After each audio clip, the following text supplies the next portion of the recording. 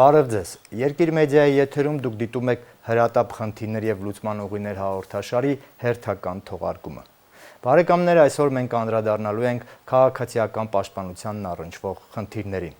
Վերջին օրերին Տավուշում սահմանային լարվածությունը ևս մեկ անգամ օրակարգ բերեց խաղաղ բնակչության պատասպարման հարցերը։ Քանի որ հակառակորդը կրակ էր բացում խաղաղ բնակիչների և խաղաղ բնակավայրերի վրա։ Դիտենք տեսանյութը։ Ցանկացած երկրի պետական քաղաքականության մեջ կարևոր տեղ են զբաղեցնում քաղաքացիական պաշտպանության կազմակերպման հարցերը, սկսած ապաստարանների կառուցումից մինչև բնակչության գիտելիքների ու կարողությունների զարգացում արտակարգ իրավիճակներում։ Առավել ևս սահմանամերձ համայնքների բնակչության պատասպարման հարցերը համապատասխան շինությունների առկայությամբ։ Ընդ որում, քաղաքապաշտպանության բնագավառում որքան կարևոր են հետևանքների վերացման միջոցառումները, նույնքան էլ կարևոր է անցանկալի իրավիճակների հնարավոր կանխումը։ Այս կարևորագույն ոլորտը բնականաբար չի կարող լինել առանց օրենսդրական կարգավորման, ուստի դեռևս 2002 թվականին մեր երկրում ընդունվել է քաղաքացիական պաշտպանության մասին օրենք, որը կարգավորում է քաղաքացիական պաշտպանության կազմակերպման և իրականացման սկզբունքները, խնդիրները, միջոցառումները, ղեկավարումը, պաշտպանական կառույցները, նյութատեխնիկական ապահովումը և իհարկե ֆինանսավորումը։ Քաղաքացիական պաշտպանության մասին օրենք, գլուխ 1, հոդված 1։ Քաղաքացիական պաշտպանություն, ռազմական գործողությունների վտանգներից բնակչության, նյութական և մշակութային արժեքների պաշտպանության նպատակով խաղաղ ժամանակ և ռազմական դրության պայմաններում իրականացվող համալիր միջոցառումներ։ Քաղաքացիական պաշտպանության հիմնական խնդիրներն են բնակչության կյանքի և առողջության պաշտպանությունը, տնտեսության և կազմակերպությունների կայուն գործունեության ապահովումը, փրկարարական և անհետաձգելի վթարավերականգնողական աշխատանքների անցկացումը ու դրանց բազմակողմանի ապահովումը։ Քաղաքապաշտպանության միջոցառումները բաժանվում են նախապատրաստական և հիմնական միջոցառումների։ Նախապատրաստական միջոցառումներն իրականացվում են խաղաղ ժամանակ, իսկ ահա հիմնական միջոցառումներն իրականացվում են քաղաքացիական պաշտպանության համակարգը ռազմական դրության աշխատանքային ռեժիմի փոխադրելու դեպքում քաղաքացիական պաշտպանության պլաններին համապատասխան։ Քաղաքապաշտպանության հարցերի ուսումնասիրումը և նախնական գիտելիքների յուրացումը ներառված է կրթական համակարգում։ Երևանի պետական համալսարանում ուսանողները քաղաքապաշտպանության դասընթացներ են անցնում, իսկ հանրակրթության ոլորտում այդ դասանյութը ընդգրկված է նախազորակոչային պատրաստություն իրականացնող նախնական զինվորական պատրաստություն առարկայի մեջ։ Գիտելիքները, որոնք պետք է փոխանցվեն այդ դասաժամին, պարզապես կենսական նշանակություն ունեն, իսկ դասավանդող ուսուցիչն էլ միևնույն ժամանակ քաղաքապաշտպանության շտաբի պետն է, որը համապատասխան իրավիճակում աշակերտների տարհանումն իրականացնելու, նրանց անվտանգությունն ապահովելու բուն պատասխանատուն է։ Բայց քանի որ այս առարկայի ճակատագիրը հայտնվել է հարցականի տակ և կարող է հանվել կրթական ծրագրից, հետևաբար դուրս է մղվում նաև քաղաքացիական պաշտպանությանը վերաբերող գիտելիքների դասավանդման հարցը, մինչդեռ դրա կարևորությունը նույնիսկ քննարկման թեմա չի կարող լինել 30 տարի շարունակ պատերազմի մեջ գտնվող մերպես երկրի համար։ Բացի արտաքին վտանգներից, ըստ մասնագետների, Հայաստանը բնածին ծագման արտակարգ իրավիճակների հնարավոր դրսևորման առումով գտնվում է բավականին բարձր ռիսկային տարածաշրջանում։ Հայտնի բնածին վտանգավոր երևույթներից 110-ը դրսևորվել է կամ կարող է դրսևորվել հանրապետությունում։ Հայաստանը բնական աղետներից ամենաշատ ազդեցություն է կրում երկրաշարժից, սողանքներից, գարնանային ցրտահարությունից, կարկտահարությունից, սելավներից, ուժեղ քամիներից, անտառային հրդեհներից, սակայն երկրաշարժի վտանգը հանրապետությունում կազմում է աղետների ընդհանուր վտանգի 94%-ը։ Օրինակ 1988 թվականի Սպիտակի երկրաշարժի ժամանակ, ըստ տարբեր դիտարկումների, մենք շատ ավելի քիչ թվով զոհեր և վնասներ կունենայինք, եթե քաղաքացիական պաշտպանության մակարդակը անհամեմատ բարձր լիներ։ Այս իմաստով քաղաքապաշտպանության նախապատրաստական միջոցառումները, հանրային իրազեկումը և անհատական պաշտպանության միջոցներով բնակչության ապահովումը անհրաժեշտ գործոններ են աղետներին դիմագրավելու համար։ Իսկ հայ-ադրբեջանական սահմանում վերջին օրերի սրացումներն էլ հերթական անգամ հիշեցրեցին քաղաքացիական պաշտպանության կարևորության մասին։ Ընդհանուր առմամբ այն ներառում է տարհանումը, պատսպարումը եւ անհատական պաշտպանության միջոցներով ապահովումը։ Սահմանային մարտերը եւս մեկ անգամ օրակարգ բերեցին խաղաղ բնակչության ապաստարանների հարցը, քանի որ հակառակորդը կրակ էր բացում նաեւ խաղաղ բնակիչների ու բնակավայրերի վրա։ Տավուշցիները գիշերներ էին լուսացնում իրենց տների նկուղներում կամ գետնափորայլ շինություններում, որպեսզի պաշտպանվեն հրետանու հարվածներից։ Մինչդեռ նկուղի փոխարեն խաղաղ բնակչության անվտանգության հարցը պիտի լուծվեր ռմբապաստարանների միջոցով։ Ճիշտ է, դրանց մասին տեղեկատվությունը որոշակի գաղտնիքներ է պարունակում եւ բաց հրապարակման ենթակա չէ, բայց հստակ է եւ միանշանակ, որ ադրբեջանական զինուժի կողմից շարունակական ոտնձգությունների պարագայում ռմբապաստարանների կառուցումը խիստ անհրաժեշտություն է։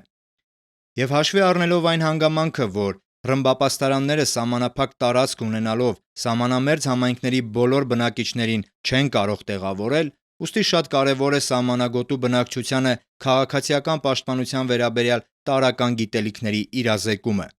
Իսկ այդ առումով վստահաբար դեռ շատ անելիքներ ունենք։ Ուշադրության կենտրոնում են հատկապես դպրոցները եւ մանկապարտեզները, որոնք հաճախ են ընկնում թշնամու կրակի տակ։ Տավուշյան վերջին դեպքերից հետո իշխանությունները մի շարք հանձնարարականներ են տվել, որ մինչև սեպտեմբերի 1-ը սահմանամերձ համայնքներում ապաստարանների տեսանկյունից պատշաճ պատրաստվածություն լինի, որպեսզի սահմանային լարվածության կամ հրետակոծության ժամանակ երեխաներին անվնաս տեղափոխեն ապաստարաններ։ Նախատեսվում է նոր ապաստարանների ստեղծում եւ դպրոցներում, եւ դպրոցներին կից։ Տավուշի մարզպետի հավաստմամբ վերջին տարիներին սահմանամերձ գյուղերում իրականացվել են ապաստարանների շինարարություններ, հիմնականում ընտրվել են ամենաապահով տարածքները։ Այսօրվա դրությամբ բոլոր սահմանապահ գյուղերն ունեն ապաստարաններ, ուղղակի դրանք նորացնելու, ուժեղացնելու եւ արդիականացնելու անհրաժեշտություն կա։ Մարզպետը նշել է, որ կրթական հաստատությունների ապաստարանները դիտարկում են որպես քաղաքացիական պաշտպանության օբյեկտ եւ անկախ նրանից ուսումնական ժամանակաշրջան է, թե ոչ, ապաստարանները պետք է լինեն պատրաստ ընդունելու քաղաքացիներին։ Հուլիսի 12-ից սկսած սահմանային լարվածության ընթացքում ադրբեջանական զինուժի կողմից եղել է քաղաքացիական բնակչությանն ու շինություններին ուղղված ավելի քան 100 հարված։ Ռմբահարվել են տներ, անասնագոմեր, ավտոմեքենաներ։ Ունեցել ենք 1 վիրավոր քաղաքացիական բնակչության շրջանում։ Նկատենք մի նոր իրողություն եւս։ Մարտի դաշտ մտած անօդաչու թռչող սարքերը, ինչպես ապրիլյան պատերազմում, այնպես էլ տավուշյան դեպքերում ցույց տվեցին, որ քաղաքապաշտպանության ոլորտում գործ ունենք միանգամայն նոր իրողությունների հետ։ Հին պատկերացումները նոր մոտեցումներով փոխարինելը տեղի կունենա հենց ժամանակի ու իրավիճակի պարտադրանքով, քանի որ քաղաքապաշտպանությունը այն ոլորտն է, որին պետությունը պետք է պատրաստվի նախապես խաղաղ պայմաններում։ Իսկ Հայաստանի Հանրությունը տեղեկացված եւ պատրաստված է քաղաքապաշտպանության ոլորտում, երբ ու ինչպես մենք պիտի ստանանք այն գիտելիքները, որոնք մեզ կդարձնեն առավել պաշտպանված ճգնաժամերին, այդ թվում նաեւ ռազմական գործողությունների ընթացքում։ Այս կարևոր խնդրի լուծման ճանապարհին կարծում ենք պիտի արդյունավետ օգտագործվի հատկապես լրատվամիջոցների դերը։ Լրատվության բոլոր միջոցներով եւ հանրային հարթակներով կարիք կա հնարավորինս մատչելի եւ առանց խուճապ հարուցելու քաղաքացիներին գիտելիքներ փոխանցել քաղաքապաշտպանության տարբեր կանոնների վերաբերյալ։ Բարեկամներ, հիշեցնեմ, որ Երկիր մեդիայի եթերում հրատապ խնդիրներ եւ լուծման ուղիներ հաղորդաշարն է։ Այսօրվա մեր անդրադարձի թեման քաղաքացիական պաշտպանության խնդիրներն են։ Իսկ իմ հյուրը արտակարգ իրավիճակների նախարարության փրկարար ծառայության տնօրենի տեղակալ, փրկարար ծառայության գնդապետ Հովհաննես Եմիշյանն է։ Ողջույն ձեզ։ Բարև ձեզ։ Շնորհակալ ենք մեր տաղավար գալու համար։ Շնորհակալ ենք ձեզ հրավերի համար։ Քանի որ մենք պիտի խոսենք քաղաքացիական պաշտպանության հարցերից, սկսենք հենց իրավական դաշտից։ Մենք գիտենք, որ ունենք քաղաքացիական պաշտպանության մասին օրենք, որը անցյալ տարի փոփոխությունների ենթարկվեց։ Կարող եք ասել ինչն էր փոփոխության իմաստը եւ անհրաժեշտությունը, ու ինչն էր փոխվել։ Քաղաքացիական պաշտպանության հիմնական խնդիրն է ռազմական իրավիճակում բնակության պաշտպանության հարցերը։ Օրենքում եղել են փոքր փոփոխություններ, բայց հիմա պլանավորում ենք արդեն նախագիծը կառավարությունում է գտնում եւ գնալու է ազգային ժողով, ամբողջությամբ փոփոխվում է օրենքի հիմնական մոտեցումները, որովհետև այդ օրենքը ընդունվել էր 2002 թվականին եւ սահմանադրության ընդունումից հետո որոշակի խնդիրներ կային, դրանք փոփոխելու, բացի դրանից նաեւ ռիսկերի գնահատման առումով, պատերազմական ռիսկերի նաև անհրաժեշտություն է առաջացել այդ փոփոխությունները իրականացնելու։ Եվ փոփոխությունները հիմնականում միտված են, որպեսզի ռազմական իրավիճակում բնակության պաշտպանության մակարդակը ավելի բարձր լինի, ավելի բարձրացնենք։ Նաև նոր մոտեցումներն այն, որ մասնավոր նաև սեկտորի հետ աշխատանքները ավելի համակարգված լինեն եւ նույն պատսպարման հարցերը, ազդարարման խնդիրները, տարանման խնդիրները միայն չլինեն պետության վրա, այսինքն տարբեր կառույցներ ունենան իրենց խնդիրները։ Դա օրինակի տեսքով կարող եք 1-2 փոփոխություն նշել, որ նախկին օրենքում չկար, նորում պետք է լինի։ Նույն հենց ապաստարանների հետ կապված խնդիրները։ Ապաստարանները հիմնականում դրանք պետության կողմից կառուցված կառույցներ են, որոնք սովետական միության ժամանակ կառուցվել են եւ դրա պահպանության խնդիրները հիմնականում դրված էր պետության վրա։ Հիմա նոր արդեն օրենքում դա նախատեսված է, որ նաև սեփականատերերը իրենք պետք է թաքստոցների հարցերի խնդիրները կարգավորեն։ Նաև մյուս ուղղվածությունը դա հենց ազդարման համակարգի հետ կապված խնդիրներն են, որը որ խնդիրները դրվում են նաև համայնքների վրա եւ համայնքները իրենք պետք է իրականացնեն վտանգավոր տարածքներում ազդարման համակարգը։ Շատ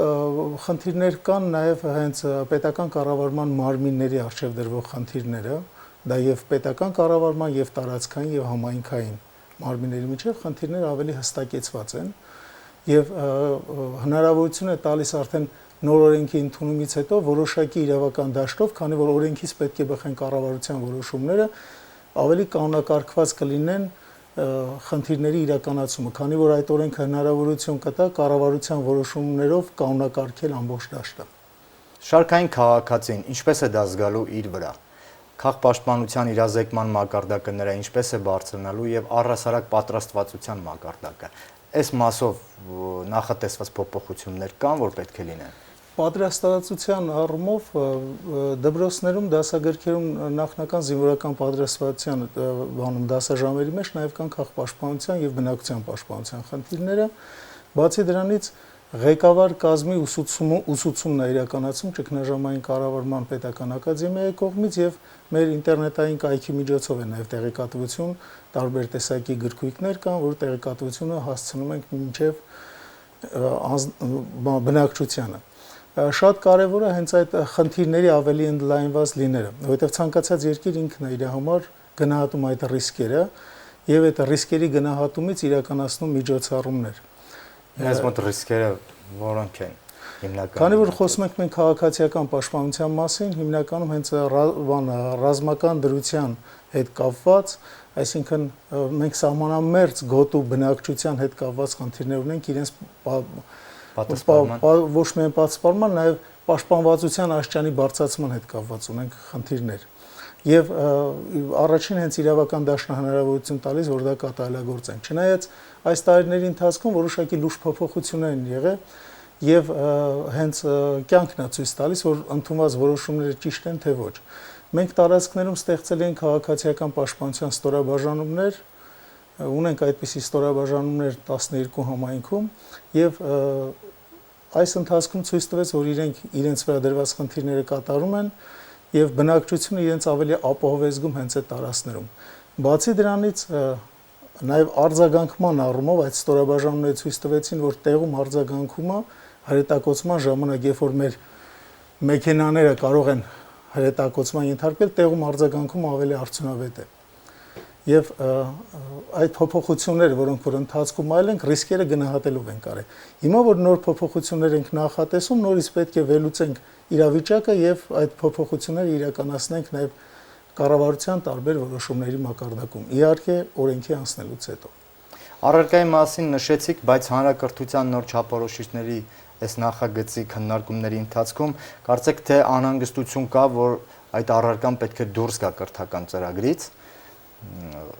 նախազորակոչային պատրաստվածության առարկան, որի շրջանակում էլ քաղաքապաշտպանությունն է դասավանդվում։ Այս մասով որևէ բան ձեզ հայտնի է, եթե դուրս գա ուսումնական ծրագրից, ապա մնում է միայն բուհական համակարգում Քաղաքապաշտպանության գիտելիքների փոխանցումը թե ցանկացած դեպքում մենք վստահ ենք, որ ընդհանրապես ինքը դուրս չի գա։ Եթե դուրս գա դա որպես բանը նախնական զինվորական պատրաստվածության ինչ որ բլոկը եթե դուրս գա, մի այլ տեղ ինքը անպայման կներկայացվի, որովհետև մենք տարբեր նաև առարկաներ ունենք բնակության պաշտպանության խնդիրները, որ տարբեր դասարաններում մենք ներկայացված է։ Բացի դրանից նաև բարձրագույն ուսումնական հաստատություններում են դա անցնում քաղաքացիական պաշտպանություն։ բուհական համակարգում դասընթացները կան։ Տավուշի սահմանային դեպքերին նորից անդրադառնանք, ապաստարանները ինչպես գործեցին եւ ընդհանրապես իրավիճակը ինչ ցույց տվեց։ Բավարար է այն վիճակը, պատկերը, որ մենք ունենք կոնկրետ թարմ օրինակով թշնամու հրետակոծությունների հետևանքով, որովհետեւ մենք ունենք տեղեկություններ եւ տեսանք այդպիսի լուսանկարներ նաեւ համացանցից, որ տավուշցիները շատ հաճախ գիշերում էին հենց նկուղներում ապահովության համար եւ այս հարցը ինչ կարևորությամբ դրսևորվեց օրինակ պատկան մարմինների մոտ։ Ուրեմն ոչ թե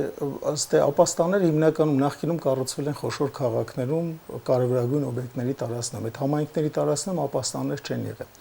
Բայց այս ընթացքում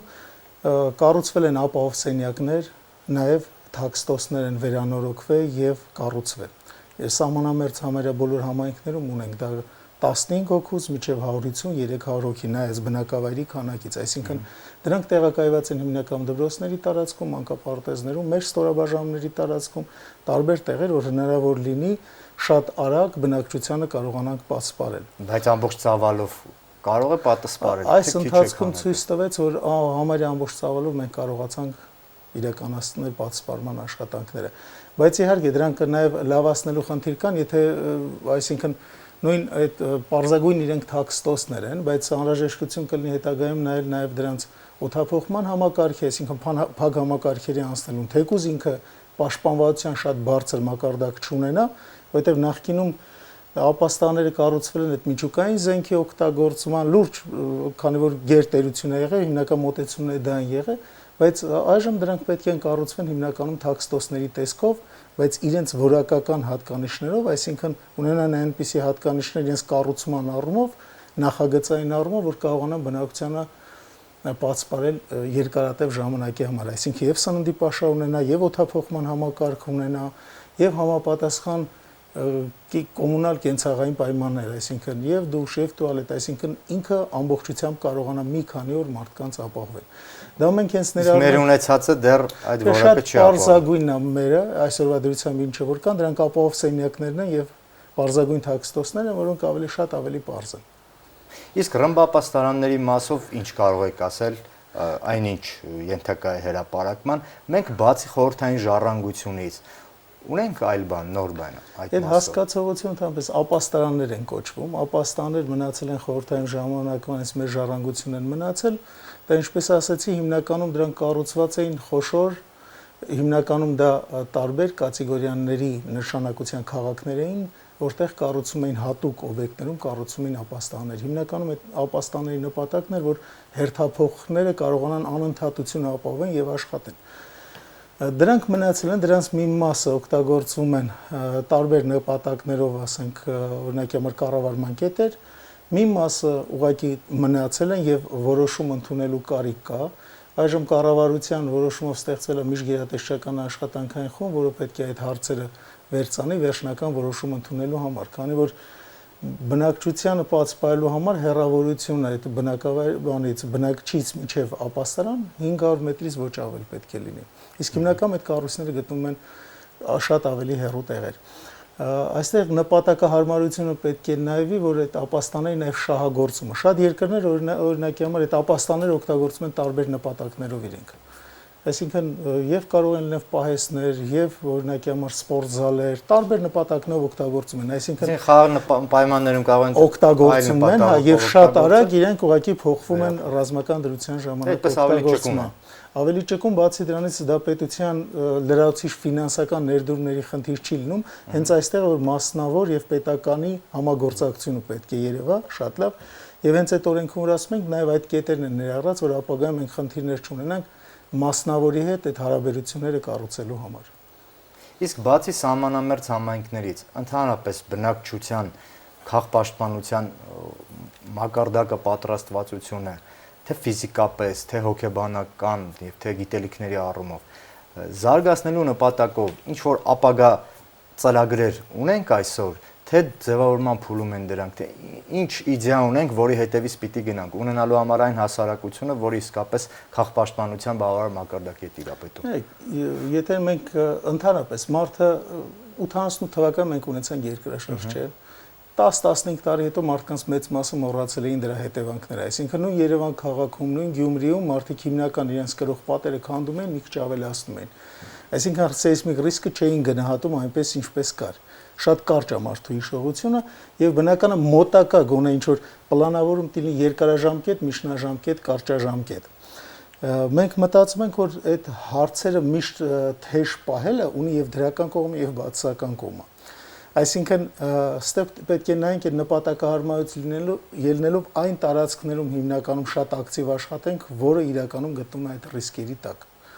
Ընդհանուր բնակչության իրազեկումը էլի կատարվում է։ Մարդիկ ստանալու են տարբեր տեսակի, ասենք, տեղեկատվություն, հիմնականում ոնց է, երեխան տունը շատ է, չէ՞, խոսում որ դպրոցում այս ասեցին, այն ասեցին, մենք դրա համար շատ հարցեր տեղափոխում ենք ուղղակի դպրոցներ, մտածում ենք դպրոցական ծրագրերի մեջ ամեն ինչը ներառենք։ Բացի դրանից շատ ակտիվ կայքերի միջոցով աշխատանքը։ Եթերում օրինակ աշխատանք չի տարվում, վատ չէ լինի նաև հեռուստաեթերով դա կազմակերպել։ Ուսուցողական հոլովակների տեսքով թեկուզ։ Իհարկե, մենք ունենք, եթե նայեք մեր արտակարգ իրավիճակների նախարարության կայքում շատ հոլովակներ մենք ունենք։ Իհարկե, կայքում կա այդպիսի եւ տեղեկատվություն եւ ունենք հրատարակություն էլեկտրոնային տարբերակով, որից մարդիկ կարող են օգտվել։ Դե այդ ամենը հանրային եթեր տեղափոխելը շատ ավելի արդյունավետ պիտի որ լինի։ Մտածում եմ, այո։ Հնարավոր նաև այդ տարբերակը, որ ավելի արագ կաշխատի, եւ բացի դրանից շատ հարցեր, նայեք ոնց է, ռիսկերը իրենք, երբ որ պատերազմական ռիսկեր են, պաշտպանության նախարարությունն է տալիս, որտեղ խնդիրներ կան, որտեղ է ռիսկը, որից հետո պետք է նախապատրաստել այդ բնակչության այդ տարածքի համապատասխան պաշտպանական միջոցառումներ իրականացնել, այսինքն նախապատրաստական միջոցառումներ իրականացնել։ Եվ շատ հարցերում ուղղակի հարցերի մի մասը իրենք նաև փակ են։ Իհարկե բնակության համար դա պետք է փակ չլինի, բայց խնդիրը այստեղ որ քանի որ այսօրվա դրությամբ տարածաշրջանը մեր շատ լարված է, չէ՞, ընդհանուր տարածաշրջանն է լարված վիճակում, մենք նախատեսում ենք, որ բնակչությունը ամբողջությամբ քաղաքապաշտպանության խնդիրները պետք է ընդգրկենք ամբողջ բնակչությունը։ Որտեղ եթե մենք համեմատական անենք, մենք շատ մոտ ենք հենց Իսրայելի տարբերակին է մեր երկիրը մոտ, որ շրջապատված է հիմնական թշնամի պետություններով եւ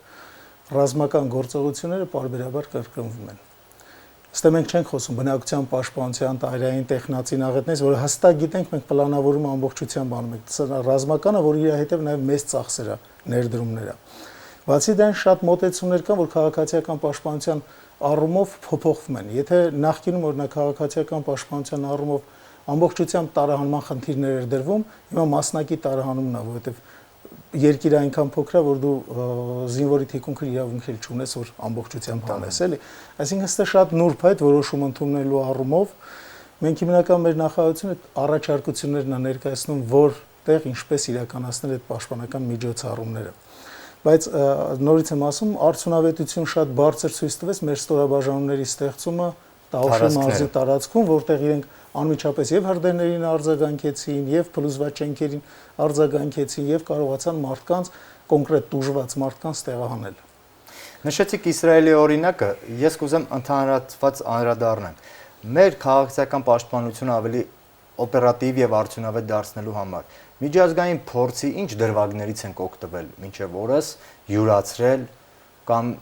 ինչ կա դեռ որ պիտի յուրացնենք, տեղայնացնենք այդ փորձը մենք էլ կիրառենք։ Այդպես աչքի առաջ ինչ ունենք։ Օրինակի համար զարմանալու բան է, բայց օրինակի համար շատ զարգացած է շվեյցարական համակարգը քաղաքացիական պաշտպանության, այսինքն իրենց պատրաստվածությունը պատերազմներին շատ բարձր մակարդակի վրա է գտնվում։ Դե ազգ բանակ կոնցեպտի մեջ են դրա։ Հա, իրանք իրենց մոտ եւ զորահավաքային խնդիրներն են շատ բարձր մակարդակի վրա եւ քաղաքացիական պաշտպանության եւ մենք մեր հիմնական այդ ուսումնասիրությունը այն շվեյցարական փորձն ենք նայում, Իսրայելի փորձն ենք նայում, որը շատ արձիական է, մեր համար շատ մոտ է մեզ համակարգային առումով Իսրայելի առումով որ իրենք ապահովում են ապաստարաններով եւ հատուկ հարմարեցված թաքստոսներով բնակության ամբողջ բնակչությանը։ Շվեյցարիայում ավելի բարձր է։ Իրենք բնակության 100%-ից ավելին ապահովում են, 110-120% մոտավորապես ապահովում են։ Այդ մոդելը ուսումնասիրում ենք մենք, ինչ կա այնտեղից վերցնելու, որ կիրառելի կլինի նաև մեզ մոտ։ Օրինակ նույն շվեյցարացիների մոտ շատ հետաքրքիր է, եթե մարդը ինքը բնակելի շենք է կառուցում եւ իր ապաստանը չի նախատեսում, ինքը պարտավոր է պետությանը գումար տա, որ պետությունը իր համար այդ ապաստարանը կառուցի։ Այսինքն անձնական պատասխանատվության ինքը իր համար չի կառուցում, ուրեմն մինուսը ինքը պետք է ընդհանուրի համար գումար տա, որ կարողանա ինքը պատսպարվի։ Այսինքն շատ հստակ իրավական դաշտում է դա դրած եւ սեփական սեկտորը շատ ուժեղ հասկանում է, ոչ թե մենակ հասկանստի, նաև աշխատում է պատժիչ մեխանիզմը, այսինքն ֆինանսական պատժիչ համակարգը ստիպում է, որ մարդիկ օրենքները կատարեն։ Եվ ցանկացած երկում օրենքների կատարման համար, որովհետև մենք էլ այսօրվա դրությամբ ասում ենք օրենքը պետք է փոխենք, չէ, փոփոխման է գնում, բայց ինքը որպես օրենքների կատարման խնդիր կա ցանկացած ոլորտում։ Այսինքն նույն քաղաքապաշտպանության խնդիրները ուսուցումը իրականացում են, օրինակ նույն շվեյցարական փորձի, եթե նախարարը չի անցնում այդ ուսուցումը, ինքը ոչ մի նախարար չի նշանակվում, ոչ մի ոլորտի, կապ չունի դա ֆինանսների նախարարը, օրինակելի խստապահանջ։ Այսինքն խստապահանջ, իրենք պետք է անցնեն այդ ուսուցումը, որից հետո նշանակվում են, համայնքի ղեկավարը նույնպես։ Այսինքն համակարգը շատ խիստ է դրված եւ համակարգը աշխատում է։ Հենց օրենքների այդ պահպանումն է բերում, որ օրենքների կիրարկումը նորմալ, նաև քաղաքապաշտպանության ոլորտում են իրենք առաջ շատ։ Հասկանալի է։ Շնորհակալ եմ պարզաբանումների համար։ Շնորհակալություն։ Բարեկամներ, հիշեցնեմ, որ տաղավարում ես զրուցեցի արտակարգ իրավիճակների նախարարության փրկարար ծառայության տնօրենի տեղակալ, փրկարար ծառայության գնդապետ Հովհաննես Եմիշյանի հետ։ Մնանք լավատես, կհանդիպենք մեր հաջորդ եթերաժամին։